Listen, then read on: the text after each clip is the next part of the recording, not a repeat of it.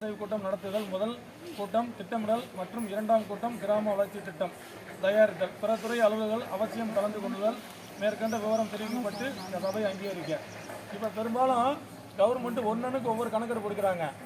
பூரா கணக்கெடுப்புமே மகளிர் மன்றத்துக்காரர்கிட்ட சுய உதவி காலகட்டத்தில் அந்த கணக்கெடுப்பு ஒப்படைக்கிறாங்க. அதனால அடிக்கடி சுய உதவிக்காரங்க வந்து உங்கள் வீடுகளை வந்து கணக்கெடுக்க வருவாங்க. வரும்போது கரெக்டான விவரத்தை சொல்லுங்கள்.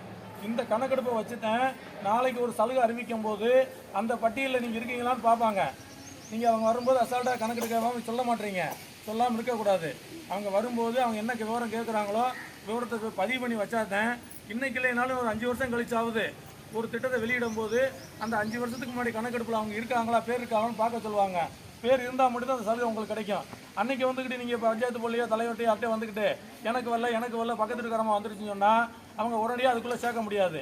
அந்த 5 வருஷத்துக்கு முன்னாடி எத்தனை பேர் கணக்கெடுப்பு எடுத்துருந்தாங்களோ அவங்களுக்கெல்லாம் கொடுத்து முடித்த பிறகு தான் ரெண்டாவது நீங்கள் புதுசாக கேட்டு வந்தீங்கன்னா தலைவர் தங்கச்சியாக இருந்தால் கூட அப்போ தான் கொடுக்க முடியும்.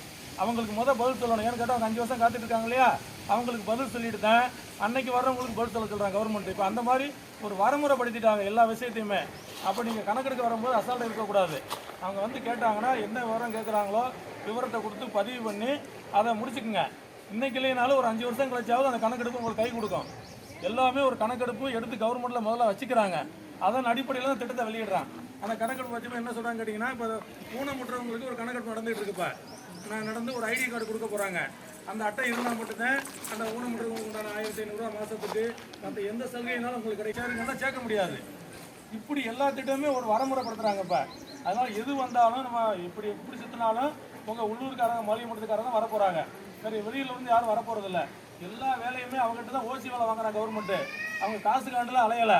நல்லா காசு கொடுத்தா மாதத்துக்கு 2000 தான் சம்பளம் கொடுக்குறாங்க. அந்த 2000 சம்பளத்துக்கு தான் அவங்க மாதம் பூரா அத்தனை கணக்கு போய் எடுக்கிறாங்க. அப்போ உங்களுக்கு அவங்கள அலைய விடாமல் நீங்கள் அவங்களுக்கு கொஞ்சம் ஒத்துழைப்பு கொடுத்து வரும்போது என்ன கேட்குறாங்களோ கொடுத்து அந்த கணக்கெடுப்பை முடிங்க. முடிச்சிங்கன்னா ஒரு காலத்தில் நமக்கு அது கை கொடுக்கும். அதை கொஞ்சம் யாரும் மறந்துடாதீங்க. இருங்க, எல்லாம் காப்பி சாப்பிட்டு வடை சாப்பிட்டு கையெழுத்து போட்டுட்டு அதெல்லாம் போங்க. வந்துட்டீங்க அவசரமாக ஓட வேணாம்.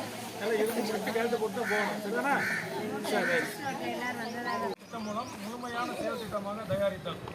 கிராம வறுமை குறைப்பு திட்டம் கிராம வளர்ச்சிக்கான நிறுவனங்கள் பெறப்பட்டதை மன்றம் அங்கீகரிக்க. பொருள் 3. கொசுக்கள் மூலம் பரவும் டெங்கு காய்ச்சல் தடுப்பு நடவடிக்கைகள் குறித்து. ஊரக பகுதியில் ஏடிஎஸ் கொசு மூலம் பரவும் டெங்கு காய்ச்சலை கட்டுப்படுத்தும் முன்னெச்சரிக்கை நடவடிக்கைகள் உறுதி செய்தல். ஊராட்சியின் அனைத்து பகுதிகளிலும் ஒட்டுமொத்த துப்புரவு பணி மேற்கொள்ளுதல். அனைத்து அரசு அலுவலகங்கள் சுத்தம் செய்தல். சுத்தமான குடிநீர் விநியோகம் செய்தல். ஓஎஸ்டி தொட்டி மாதம் 2 முறை சுத்தம் செய்தல். தகுந்த அளவு குளோரைன்ஸ் கலந்து குடிநீர் விநியோகம் செய்தல்.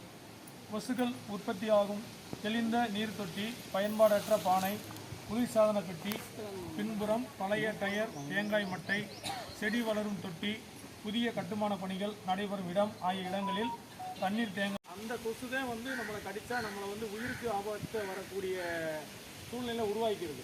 அந்த கொசு எதில் வளருதுன்னு கேட்டிங்கன்னா சுத்தமான நல்ல தண்ணியில் தான் வளருதான். நம்ம என்ன நினைப்போம், கொசு டெங்கு மருந்து வீடுகளுக்கு மருந்து செக் பண்ண வர்றாங்க. பானையில் அண்டாவில் ட்ரம்மில் புழு இருக்கான்னு பார்க்க வர்றாங்க. அவங்கள இவங்க அலோவ் பண்ணுறதில்ல. அந்த பானையில் புழு இருந்துச்சுன்னா தான் அவங்க அந்த மருந்தை ஊற்றிட்டு போவாங்க. அந்த அபேட்டுக்கிற ஒரு மருந்து வச்சுருப்பாங்க. அந்த மருந்தை ஒரு 2 சொட்டு ஊற்றியாச்சுன்னா அந்த கொசு புழு செத்துரும். அது அந்த வீட்டில் இருந்து 300 மீட்டர் தூரத்துக்கு அந்த கொசு பறக்கும், ஒரு 30 மீட்டர் தூரத்துக்கு. அப்படிங்கிறனால செக் பண்ண வந்து அவங்களுக்கு கொஞ்சம் ஒத்துழைப்பு கொடுங்க. அவங்க நம்ம உயிரை பாதுகாக்கத்தான் அவங்க மனக்கிட்டு அவங்க ஊர் விட்டு ஊர் வந்து கவர்மெண்ட்டில் சம்பளம் கொடுத்து அனுப்புகிறாங்க. நம்ம அவங்களுக்கு ஒத்துழைப்பு கொடுக்குறதில்ல. என் வீட்டு ட்ரம்மை பார்க்க வேணாம், என் தொட்டியை பார்க்க வேணாம்னு சொல்லி அவங்க வந்து இப்போ பேர் அடித்து பார்க்குறாங்க. அந்த அபேட்டுக்கிற அந்த கொசு புழு இருந்தால் மட்டும்தான் அந்த மருந்து ஊற்றுவாங்க, இல்லைன்னா ஊற்ற மாட்டாங்க. மெயினாக நீங்கள் என்ன நினைக்கிறீங்க, அவங்க வந்து கொசு புழு மருந்து புழு இருக்குமான்னு சொன்னால் இந்த வாய்க்கால் எவ்வளோ தண்ணி நிற்குது அதில் பூரா கொசு கடிக்குங்கிறீங்க. அந்த வாய்க்கால் கொசு கடித்தா நமக்கு பாதிப்பு கிடையாது, மருந்து போட்டு நம்ம குணப்படுத்திக்கலாம். இந்த டெங்கு கொசுன்னு கடித்தா நம்மளுக்கு உயிரே போகக்கூடிய அளவுக்கு அதில் அபாயம் இருக்கிறதுனால தான் அதை முக்கியத்துவம் கொடுத்து அவங்க நல்ல தண்ணி எங்கெங்கே பிடிச்சி வச்சுருக்கீங்களோ அந்த ட்ரம்மை பூரா செக் பண்ணுவாங்க. நீங்கள் நல்ல தண்ணியை வாரத்துக்கு கூட 10 நாளைக்கு கூடயாவது நல்லா தொட்டியை கழுவிட்டு ஒரு பிளிச்சிங் போட்டு நல்லா கழுவிட்டு 2வது தண்ணி பிடிச்சி வைங்க.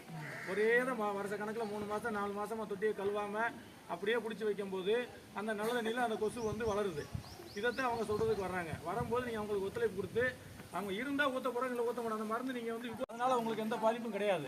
ஆனால் முடிஞ்ச அளவு உங்களுக்கு ஒத்துழைப்பு கொடுங்க. உங்கள் வீட்டை சுற்றி இந்த தேங்காய் மட்டை, சிரட்டை, முட்டை ஓடு இதெல்லாம் நல்லா நசுக்கி கீழே போடுங்க.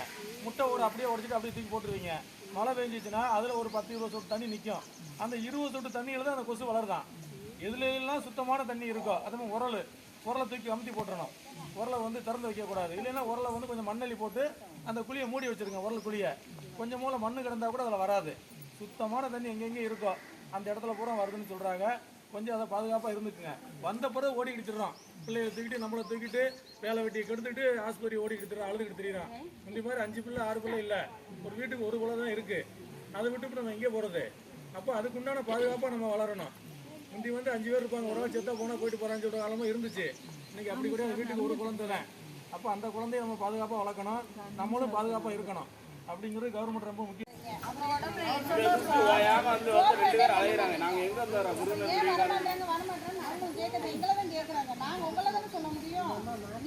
அந்த வண்டி வந்து நம்ம டிஸ்ட்ரிக்ட்ல ஒரே ஒரு வண்டி தான். ஒரு வண்டி வந்து அங்கே விருதுநகர் மெடிக்கல் காலேஜ் வண்டி கொண்டு வந்து உங்கள் கிராமத்துக்காக யூஸ் பண்ணிக்கோங்க. இந்த மாதிரி போன வாரம் போட்டோன்னு நினைக்கிறேன், போன திங்கக்கிழமை போட்டோன்னு நினைக்கிறேன். போட்டீங்களா?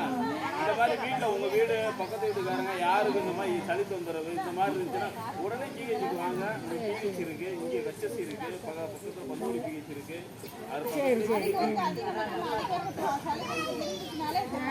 ஒரு ஜிஹெச்சுக்கு போனீங்கன்னா ஒரு எக்ஸ்ரே இருக்குன்னா நான் எவ்வளோ நேரம் 4 மணி நேரம் 5 மணி நேரம் வெயிட் பண்ணணும்.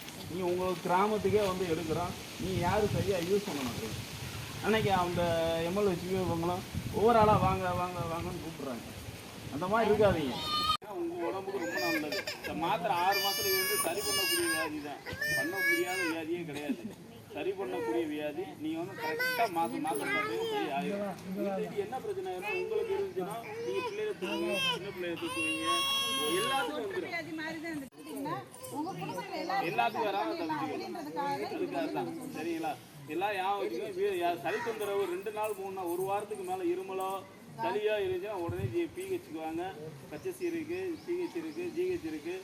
கண்டிப்பாக வந்து பாருங்கள். சரிங்களா? உங்கள் உடம்பு நீங்கள் நல்லா பார்த்துக்குங்க. அதே மாதிரி இந்த மாதிரி கவர்மெண்ட்லேருந்து வந்து ஒரு எக்ஸ்ரே வேணும், ஏதோ ஒரு கேம் போட்டால் யூஸ் பண்ணிக்கோங்க. அதை யூஸ் பண்ணாமல் இருக்காதீங்க. சரி, சுகர் பேஷண்ட்டுக்கு தான் இந்த டிபி வர்றதுக்கு வாய்ப்பு அதிகம். 90% இருக்குது. 90% சுகர் பேஷண்ட்டுக்கு தான் வரும். 6 மாதம் அந்த 6 மாதத்துக்கு உங்களுக்கு மாதம் ஒரு உதவித்தொகை மாதிரி 1000 ரூபா கொடுக்குறாங்க. இந்த சமயத்தோட நம்ம இங்கே வந்து ஒரு எக்ஸ்ரே கேம்ப் போட்டோம் இருக்கா?